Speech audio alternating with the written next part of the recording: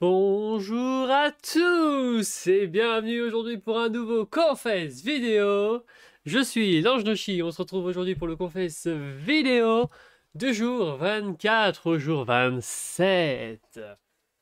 Bien évidemment, comme d'habitude, je tourne cet épisode actuellement au jour 28 de l'aventure. Nous allons donc pas revenir sur les événements du jour 28 puisque dans tous les cas il n'est pas terminé donc je ne vais pas pouvoir en parler. Mais en tout cas nous allons revenir du coup sur tout ce qui s'est passé depuis le jour 24.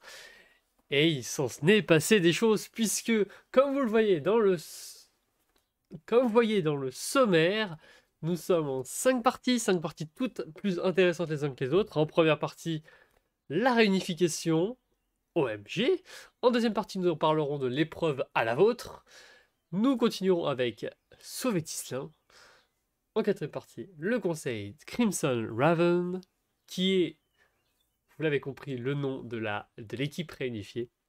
Et nous finirons avec une cinquième partie à un titre un peu énigmatique, le titre de Contrôle de masse. Bref, bonjour à tous, c'est l'Ange Noshi, bienvenue sur mon Confess vidéo, c'est parti. Et on démarre tout de suite avec la réunification, tout simplement. Et oui, on s'y attendait. Alors en vrai, on avait quand même pas mal de théories par rapport à la réunification. On supposait pas mal de choses. Et en vrai, je suis très content parce que j'ai des petites théories qui sont passées. Parce que je supposais que la réunification aurait lieu un peu plus tôt que la vraie réunification qui fait revenir les gens du Hollandais volant, pour ceux qui s'en souviennent de ce fameux Hollandais volant. Donc voilà, c'est la réunification. Tous les candidats restants se rejoignent avec du coup Tislin, moi, Boba, Miss Fortune pour Lex Fancy, Mucus, Zvalk, Benj, Diplouf et Zelek pour la team Ex-Ranger. C'est une réflexion pas mal intéressante pour moi parce que pour le coup, je trouve que la plupart des personnes qu'il y a au sein de cette réunification sont des personnes que j'apprécie. Zelek est une personne que j'apprécie pas mal. Deeploop est une personne forcément que j'apprécie. Benj, même si je l'ai éliminé durant le Hollandais volant, c'est une personne sympathique. Bien évidemment, bah, on arrive avec un ex-fancy très soudé, puisque toutes les personnes ont voté plus ou moins ensemble durant les précédents conseils. Mucus, je l'apprécie, mais bon, on n'a pas trop eu la possibilité de jouer ensemble. Et pour finir, Sval, qui pour le coup est peut-être la personne avec laquelle j'ai peut-être un peu moins d'atomes crochus, où je fais pas confiance. Mais ça arrive. Du coup, une réflexion pas mal intéressante pour moi, parce que sachant que je suis en danger depuis donc 2 conseils au sein du Fancy, avoir des personnes que j'apprécie arriver me permet de respirer un coup parmi cette petite équipe. Il faut savoir que durant la réunification, on a eu un peu quelques jours pour se réadapter, pour rediscuter un peu avec les gens. J'ai redécouvert Tiplouf, j'ai redécouvert Zelek, c'est un pur bonheur, je trouve que ces personnes sont trop sympas. J'ai vraiment envie d'avancer avec eux, donc je profite, je discute. Entre-temps, il y a eu également la création du drapeau et toute la discussion autour de quel nom d'équipe on aurait. Voilà, donc au final, il y a eu une longue discussion pour définir que notre équipe sera la Crimson Raven, le Corbeau écarlate. Et Miss Fortune a fait un magnifique drapeau que je n'ai absolument pas préparé pour vous le montrer. Donc tant pis pour vous. Vous avez qu'à suivre un peu l'aventure et aller dans le récit pour aller voir à quoi il ressemble. Du coup, voilà, une nouvelle équipe, très cool, une équipe un peu mixte avec des personnes que j'apprécie, d'autres qui ne j'apprécie pas. Le point qui est un peu plus, par contre, qui a un petit défaut, c'est que les ex-fancy arrivent en minorité par rapport aux ex-rangers. Alors, attention, en minorité par rapport à la version post-swap, puisque techniquement les rangers sont majoritaires, enfin les rangers sont minoritaires par rapport aux fancy si on prend la version 1 des équipes avant le swap. Mais vous le découvrirez, ça n'aura pas trop de répercussions, ces premières équipes V1, puisque le vote va plus ou moins se diriger sur des votes d'anciennes équipes entre les ex-NC qui vont voter les ex-Rangers. Du coup, avant d'arriver sur ça, nous allons bien évidemment parler de l'épreuve à la vôtre. Deuxième partie. L'épreuve à la vôtre qui fait donc son apparition la première vraie épreuve individuelle d'immunité. Pour rappel, la première épreuve individuelle, c'était au tout début, où littéralement le tout premier tour, c'était le moment où on devait définir les deux chefs d'équipe des deux équipes, Bravo Noshi. Là, cette fois-ci, c'est la vraie première épreuve immunité individuelle, c'est-à-dire que la personne qui gagne remporte l'immunité et est protégée pour le prochain conseil. Donc forcément, les gens ne vont pas voter pour eux puisque ça ne sert à rien. C'est une épreuve de type blind test en 2 parties. La première partie, c'est simplement un blind test, 24 musiques. L'objectif est L'objectif est d'en découvrir le plus possible pour gagner du temps. Si on découvre l'artiste plus le titre, on gagne, je crois, 30 secondes. Je crois, 20 secondes, je sais plus. 30 secondes. Et si on découvre que l'artiste, c'est 10 secondes, je crois. En tout cas, juste dans le genre. Ou juste le titre. Ensuite, une seconde partie avec tout le temps qu'on a amassé, plus un temps de base. On a une espèce de, pas de blind test, mais où il faut deviner des objets. On a des images devant nous qui sont brouillées, mais vraiment brouillées assez violemment. Et l'objectif, c'est simplement de deviner les objets qu'il y a derrière ces images. Et la personne qui remporte l'épreuve individuelle est la personne qui a deviné le plus d'objets. Donc la partie blind test, c'est vraiment là juste en une première phase pour introduire et pour introduire cette seconde phase. Je tiens à annoncer, je déteste les blind tests. Voilà, c'est quelque chose d'officiel. Je déteste les blind tests. Donc quand j'ai vu qu'il y avait un blind test, j'étais en mode c'est foutu. Genre j'ai perdu. Je vais participer pour participer. Donc voilà, c'est pas ouf, mais bon. Le point important à noter, c'est que en vrai l'épreuve était pas mal. L'épreuve était vraiment pas mal sur la globalité. Alors, j'ai quand même quelques petits défauts par-ci par-là à donner. À mon avis, je pense que juste faire un blind test, ça aurait suffi. Pas besoin de modifier les blind tests pour que ça colle avec les instruments de l'époque et tout. Je trouve que c'est un peu too much. En fait, ça augmente pas mal la difficulté à nouveau. Mais bon, on commence à être habitué. Je me plains à chaque fois de la difficulté, mais je pense que qu'on commence à comprendre que bah, c'est un parti pris et que voilà, faut pas en prendre en compte puisque voilà, moi je fais partie des personnes qui considèrent que des épreuves au sein des ORJ doivent être un peu plus accessibles ou du moins donner les pistes pour que ça soit accessible aux gens ou que si ils sont pas habitués, qu'ils puissent quand même s'en sortir. Donc c'est dur, mais comme c'est en 2 parties, c'est mieux réparti. L'un des gros points positifs sur toute cette épreuve, c'est surtout que ça ne durait pas des heures et des heures. Voilà, on a enchaîné des épreuves où il fallait être beaucoup présent. Là, c'était vraiment une épreuve qui a duré au bas mot 20 minutes la première partie, moins de 10 minutes la deuxième. Donc c'était plutôt plaisant à faire.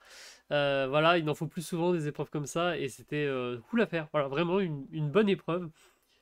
J'ai pas trop en vrai, j'ai pas trop de critiques à donner parce que même les points sur lesquels j'aurais pu critiquer ont été enlevés. Par exemple, dans les règles, c'était précisé qu'il fallait dire le numéro de la chanson, puis le titre et l'auteur. Au final, ils l'ont pas vraiment pris en compte. Quand j'ai passé le blind test, ils m'ont annoncé qu'ils ne prenaient pas trop en compte les positions. Donc du coup, c'est une critique que je n'ai pas à faire, puisque comme il y a beaucoup de chansons et que ça s'enchaîne, on perd rapidement le fil de on est à la combienième chanson quand on commence à pas en trouver une, deux, trois, quatre. On se dit attends, j'en ai raté combien là? Deux, trois, quatre. Et du coup, on peut perdre le fil rapidement. Au final, ça a été enlevé et je trouve que c'est très bien parce que ça ajoute vraiment une accessibilité supplémentaire. Bon, à mon avis, l'épreuve était très très bien. Je trouve qu'elle était bien équilibrée. Alors, sur les résultats, on va voir que certaines personnes n'auront pas réussi à passer la première image floutée. À mon avis, c'est certainement que l'image n'était pas assez flagrante. À mon avis, en fait, Barbe Jaune aurait dû arriver en peut-être 5e position pour assurer au moins quelques petites images un peu plus simples. Mais moi, ça m'arrange dans tous les cas, puisque nous allons faire un excellent score au terme de ce parcours, puisque je vais réussir à faire 16 images sur les 21. Je vais pas vous cacher que quand j'ai passé l'épreuve, je me suis dit 16 c'est pas mal, mais il faut savoir que moi je me suis arrêté vraiment au moment où les images commençaient à être vraiment dures, parce que forcément la difficulté montait petit à petit. Alors elle montait parce que il y en a certaines images qui étaient quand même beaucoup plus simples que d'autres alors qu'elles étaient positionnées très loin. Je pense entre autres à la tortue au phare. C'était des images qui étaient vraiment très très simples et qui pourtant étaient positionnées après d'autres images qui étaient beaucoup plus dures, comme le coquillage, comme les ananas qui ont bloqué pas mal de monde. Donc, cette image, c'était vraiment un bon score. Et comme je vous ai dit, j'ai vraiment bloqué au moment où c'était très très dur. C'est l'image du cocotier. Donc, rien que le mot cocotier, il fallait le trouver. Et du coup, quand je vois ce score, je me dis, ok, il y a moyen que beaucoup de personnes bloquent à l'endroit là. Et donc, ça va peut-être se jouer au temps. Et j'ai l'impression d'avoir fait une bonne épreuve, d'avoir bien enchaîné. Alors, à part quelques petits fails par-ci par-là, en mode, oh, j'ai mis un point d'exclamation, j'ai pas mis le tiret entre le numéro de la partie de l'épreuve et la réponse, ou oh j'ai mis un point d'interrogation au lieu d'un point d'exclamation dans mes commandes. Sinon dans la globalité, ça s'est plutôt bien passé en termes de rapidité. Et je crois que je suis arrivé au bout il me restait 2 minutes quand je suis arrivé à la 16e, je crois. Donc c'était un bon chrono, on va dire. Et donc du coup, je me dis qu'il y a moyen que je gagne, mais que je suis mauvaise en blind test, donc je me dis qu'il y a aussi beaucoup de monde qui peut faire de larges meilleurs scores sur le blind test, donc peut-être avoir large plus de temps sur l'image sur laquelle je suis bloqué. Et donc du coup, pas sûr. Au final, ce qui s'est passé, c'est très simple, c'est que sur tous les candidats qui sont passés, il y en a, je crois, 5 ou 4 qui sont bloqués sur la toute première image. Donc du coup, ça limite immédiatement le nombre de personnes qui restent. Il y en a 3-4 qui ont avancé. Et en fait, le podium se joue entre Tislin, moi et Boba. Boba se fait éliminer, je crois, à la 7e image. J'ai un doute. En plus, j'ai plus le channel de l'épreuve accessible. Ce qui est un peu chiant à mon avis. Voilà, c'est une critique. Voilà. Je vois pas l'intérêt, mais j'avoue que moi j'aime bien pour voir ce qui s'est passé. Revoir ce qui s'est passé. Donc Boba qui finit en 3e position, ça se joue entre Tislin et moi. Et c'est finalement moi qui remporte l'épreuve à ma grande surprise. Je suis trop heureuse. Et largement, puisque Tislin, je crois, s'est bloqué à la 10e image. Alors que moi, j'étais bloqué à la 16e. Donc, une large victoire. Et donc, je suis immunisé pour la première épreuve individuelle. Je suis trop contente de gagner une immunité. Déjà parce que c'est cool de gagner une immunité individuelle.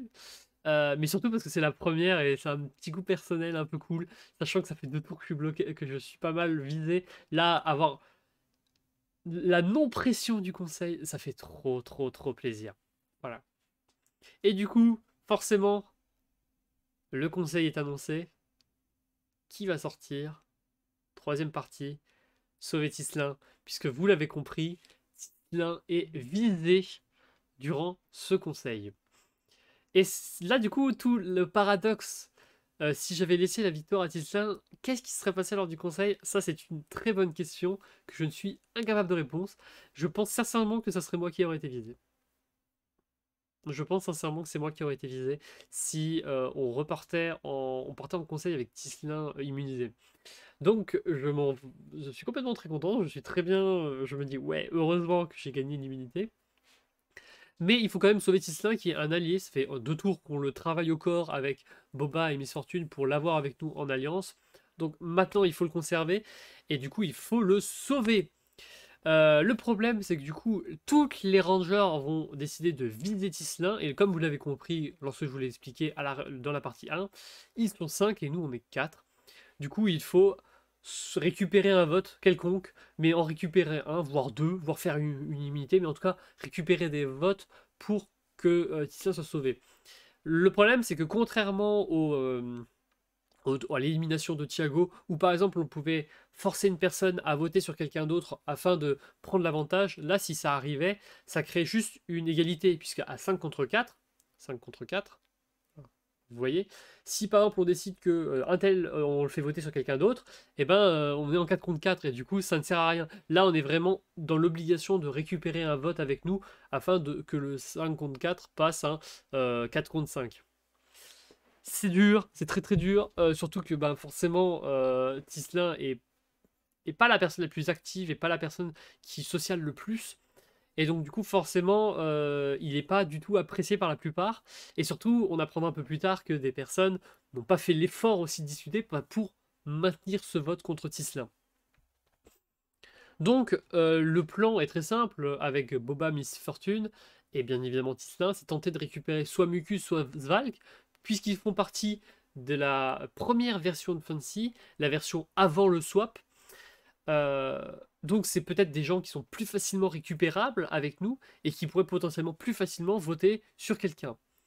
Le plan est très simple, c'est éliminer Benj, qui est tout simplement la personne la moins intégrée au sein des Rangers. En tout cas, c'est ce qui semble être le cas, puisque Benj était même en danger lors d'un conseil précédent des Rangers, le conseil d'élimination du SLZ, de SLZ, puisqu'il avait été visé par SLZ, visé par les gens autour, et puis finalement, le vote avait tourné sur SLZ, puisque SLZ avait pris un peu trop le dessus sur le vote.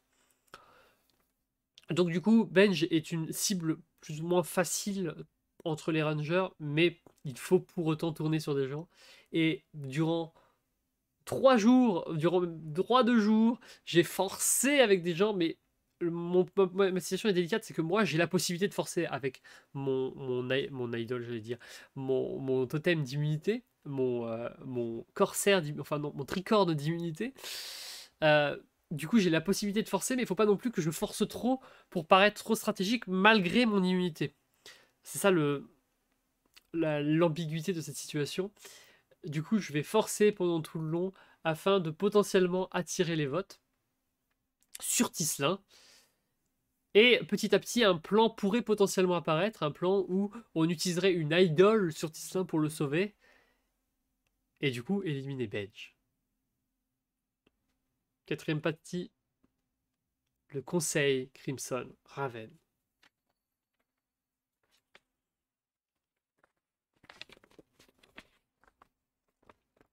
Benj, je décide de voter contre toi. Ça fait un peu redondant, j'ai l'impression de voter tout le temps pour les mêmes personnes, mais bah en fait, pour le coup, bah c'était le vote qu'il fallait s'assurer. C'est-à-dire un vote facile, potentiellement, qui pourrait tourner avec des gens qui pourraient tourner. Donc c'est pour ça que je vote contre toi. T'as l'air d'une personne formidable, j'ai des discussions incroyables. Malheureusement, voilà, il faut voter. Et du coup, je vote contre toi, Benj. J'espère que tu en prendras pas rigueur. Surtout que j'ai appris que tu étais débutant un peu plus tard. Et du coup, c'est d'autant plus je suis d'autant plus gêné de le sens où c'est toujours un peu chiant de voter des débutants parce que c'est justement des personnes qu'on a envie de voir durer longtemps pour qu'ils puissent revenir sur d'autres aventures, pour qu'ils puissent s'intégrer au sein de la communauté. Moi, j'ai eu du mal à m'intégrer aussi, donc voilà, c'est triste, mais malheureusement, c'est la personne avec qui je suis techniquement le moins proche et aussi techniquement la personne sur laquelle les gens peuvent plus facilement tourner. Du coup, le conseil est ouvert, des questions sont posées. On tente des trucs avec Boba. Par exemple, Boba force sur certaines questions pour bien montrer le fait qu'un vote 5 contre 4, c'est nul. Mais c'est ce qui arrivera au bout. À moins que.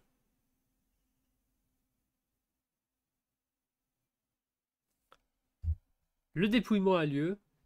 Boba décide de sortir son idole. Et décide de sauver Tisselin en lui donnant. OMG, OMG. Du coup, c'est Benj qui sort. Mon bulletin Benj sort. Oh là là, trop bien. Benj. Et puis, Zelek. Zelek. Zelek. Zelek est finalement blindside, éliminé sur Idol, alors que c'était inattendu. C'était si inattendu que ça? Non, c'était pas inattendu. Cinquième partie, contrôle de masse. Enfin, j'arrive à cette partie qui est peut-être la partie la plus importante de ce qu'on fait cette vidéo, le contrôle de masse. Puisque avant le conseil, Boba est venu me voir pour me proposer tout simplement un dernier plan, le plan de la dernière chance, c'est-à-dire utiliser cette fameuse idol pour sauver Tisselin. C'est la seule manière. C'était la seule manière de sauver Tisselin en fait. Moi, ça me fait chier parce que utiliser les idols sur Tisselin, c'est dommage parce que j'aurais préféré que ça soit utilisé sur notre alliance à 4 avec Diplouf, moi, Miss Fortune et Boba. mais finalement Tisselin la récupère. C'était un peu l'objectif de sauver Tisselin, donc à mon avis c'est un choix quand même bon pour notre futur avec Tisselin. Et puis ça rapproche définitivement Tisselin de notre alliance, mais du coup on perd l'idol. C'est Idol qui sauve, et du coup Tisla me proposait quelque chose de très simple, d'éliminer Zelek. Puisque oui, j'ai appris avant le conseil que Tisla voulait potentiellement éliminer Zelek. J'ai eu une longue conversation avec Boba où j'ai tout simplement dit que pour moi c'était le pire choix au monde. Parce que Zelek voulait jouer avec nous, qu'il fallait turn plutôt sur un Mucus, sur un Zvalk. Vous pouvez revoir la conversation d'ailleurs dans la partie duo. Bon, même si on discute énormément de Boba, ça va être dur de remonter. Mais du coup, il y a une longue discussion avec Boba. Et malheureusement, malgré toutes mes tentatives pour tenter de sauver Zelek, avec qui j'ai énormément discuté durant ces jours, puisque je me voyais déjà aller avancer avec Zelek, finalement, Boba va rester accroché à son idée d'éliminer Zelek et va décider de turn sur Zelek. Moi, je décide de ne pas prendre part. Je décide de faire comme si on m'avait jamais rien proposé et je demande à Boba tout simplement faire croire qu'on ne m'a rien dit. Voilà, on ne m'a rien dit.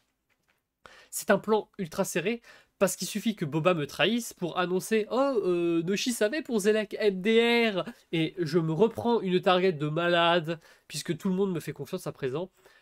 Puisque après le conseil, j'ai bien sûr fait croire que je ne connaissais pas l'existence de ce vote, que j'étais pas présente lorsque le vote a été décidé, et du coup que mon vote n'a pas changé. J'ai voté Benj. Et du coup, ça m'a permis que pas mal de personnes me fassent confiance. Par exemple, Diplouf qu'on aurait pu perdre lors de ce vote, finalement, on va se rapprocher pas mal de moi et va potentiellement pouvoir voter en ma compagnie lors du vote. Benj, qui était, même si je l'ai voté, se rapproche également de moi. Mucus, un peu perdu. Zvalk, un peu perdu. C'est des personnes qui peuvent se rapprocher de moi et c'est important qu'il y ait une personne qui a un pied de l'autre côté. Et c'est pour ça que Boba me protège. Du moins, me protège au maximum. C'est pour ça que j'appelle ça contrôle de masse. C'est que l'énorme alliance Boba, Miss Fortune, Tisla est présente, elle est encore présente, elle est forte, elle tient la route, on va voter ensemble, mais je suis de l'autre côté pour contrôler l'ensemble, pour voir si j'aurai des informations, puisque forcément, les gens vont me faire beaucoup plus confiance. Alors ça peut être mal vu du reste de l'équipe, puisque forcément, bah, surtout celles qui ont voté contre Zelek, l'alliance contre Zelek, bah, Tisla et moi nous en sortons le mieux, puisque Tisla doit se sauver et moi, je n'ai pas voté. Du coup, ça peut être mal vu par Miss Fortune, mais je sais que Miss Fortune ne m'en veut pas, enfin, j'ose espérer. Du coup, c'est un plan magnifique. Moi, je suis ultra bien positionné, du coup, grâce à Boba. Là, à ce point-là, je peux considérer que je manipule Boba. Je considère que je manipule Boba parce que là, pour le coup, Boba, il est mon magnifique bouclier. Je le tiens comme ça. Genre, j'avance comme ça pour le moment avec Boba. Là, il est vraiment devant. Avant, c'était moi qui étais devant. Cette fois-ci, c'est lui. Donc, il va falloir tenter de le sauver. Ça va être une paire de manches absolument horrible, mais au moins, c'est arrivé. Du coup, voilà, en fait, comme je le disais dans Confess, je considère que ce move contre Zelek est pour l'équipe un mauvais move, pour l'Alliance un mauvais move. Par contre, pour moi, individuellement, c'est un bon move, parce que ça me permet de redorer mon blason et de à nouveau avoir des personnes qui me font confiance, et ça, c'est trop bien. Voilà. Du coup, voilà. C'est ainsi que s'est passé ce tour, ce chapitre 7 rempli de rebondissements, avec finalement l'utilisation de cette idol finale, qui est à mon avis la grande surprise finalement de tout ça. Maintenant, il faut voir ce que vont passer dans les prochains tours. Il va falloir tenter de sauver Boba, ça va être horrible. Il va falloir tenter de continuer d'accrocher Diblo pour pas le perdre, et voir la suite. Voilà. Alors forcément, moi je suis déçu parce que je voulais pas mal avancer avec Zelek. Mais malheureusement, Boba a fait le choix. C'est son idole, c'est lui qui décide ce qu'il en fait. À mon avis, c'est un mauvais plan. Mais il l'a utilisé comme bon le semble. Du coup, voilà. Un conseil où je ne me mettais pas trop en avant. Et en fait, je pense que c'est l'un des meilleurs tours pour moi depuis le début. Parce que je gagnais des profitabilités. Tout le monde me fait confiance en fin de tour. grâce à ce que j'ai fait à côté, c'est le move, c'est-à-dire le... Parce que en vrai, quand Boba vient et me propose Zelek, si je protège Zelek, c'est parce que je sais que j'ai des intérêts avec lui pour l'avenir. Mais clairement, s'il sort, bah ça a tout intérêt pour moi. Donc, donc je lui dis que c'est pas un bon plan, mais j'ai beaucoup maintenu le fait que c'était son idole et qu'il faisait ce qu'il veut. Afin que il ne se doute pas que moi ça m'est utile et que je le manipule un peu quand même derrière. Voilà. Je t'aime Boba. D'ailleurs, t'as eu une partie rien que pour toi lors du précédent qu'on fait cette vidéo. Mais là, c'était trop tentant. J'étais obligé. J'étais obligé. Du coup, voilà. Un tour rocambolesque, mais un tour très cool. Vraiment trop positif ce tour. Je suis trop contente. À voir ce que ça va donner pour la suite maintenant, puisque le chapitre 8 approche. Est-ce que l'Hollandais Valon va revenir? Réponse. Oui. Ah oui, également, point important à noter avant qu'on se quitte. Zelek est définitivement éliminé de l'aventure et finit en 11e position. Donc nous sommes, comme vous l'avez compris, au F10. Waouh, waouh, waouh, waouh, waouh, waouh, waouh, waouh. Et du coup, avec l'élimination de Thiago précédent tour, puis de Zelek précédent tour, je pense que c'est les deux plus gros joueurs qui ont sauté lors de ce tour. À voir chapitre 8, qui va sortir, si quelqu'un va sortir chapitre 8. Mais voilà, c'est trop cool et j'avance. Et si on m'avait dit que j'irais aussi loin, vu la galère que ça a été avant la merge, avant la réunification, c'est incroyable. Voilà. Merci. Voilà, la vidéo fait 27 minutes, ça commence à, à compter dans mon compteur là. Donc on va s'arrêter là. Merci à tous d'avoir regardé et on se retrouve au chapitre 8 pour la suite de notre aventure au sein du Chronia 2, Périple en eau trouble. Objectif, le FTC. Là maintenant j'y crois au FTC.